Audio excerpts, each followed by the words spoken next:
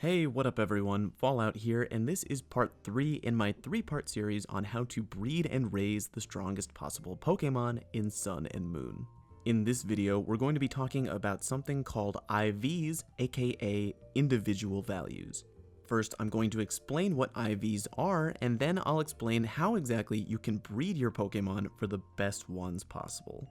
To put it plainly, individual values, aka IVs, are basically the Pokemon equivalent of genes. Have you ever caught two of the same Pokemon of the same level and the same nature to learn that one of them has better stats than the other? That's because of the difference in their IVs. Here's how they work.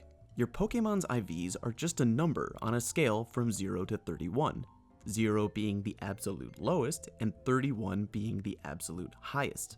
Each one of your Pokemon has a separate IV value for each of their 6 stats. Because our goal is to get the strongest Pokemon possible, your goal is usually to get Pokemon with a 31 IV for as many stats as possible.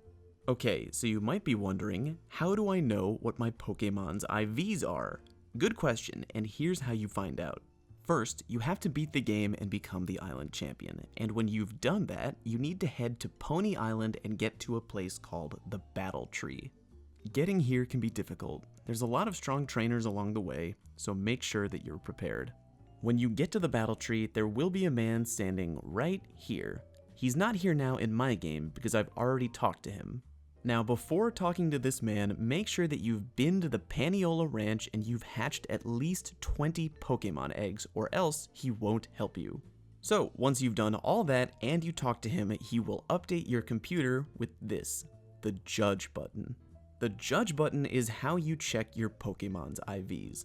It won't tell you the exact number, which is kind of annoying, but using this information, you can get a good idea of what your Pokemon's IVs are, with best being a perfect 31. So, now that you know how to check your Pokemon's IVs, how do you get them to be high? Well, it's a process, but the short answer is breeding. Pokemon with strong IVs can have their genes passed on to their children at the Paniola Ranch Breeding Center, but you're going to need a few items to help you out. If you saw my other video on EV training, hopefully you already have some of these items, which you can buy at the Battle Royale Dome.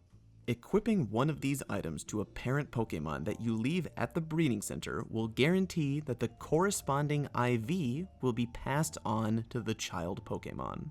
The other item that you need, and this one is very, very important, is the Destiny Knot, which you can also buy at the Battle Royale Dome.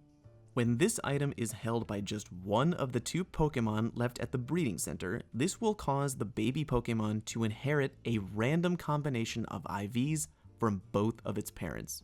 Meaning that if I have 2 Pokemon, both with a combination of almost perfect IVs, and I leave them at the breeding center with one of them holding the Destiny Knot, there is a chance that their baby will be born with just the right collection of perfect IVs, depending on what you're trying to breed for.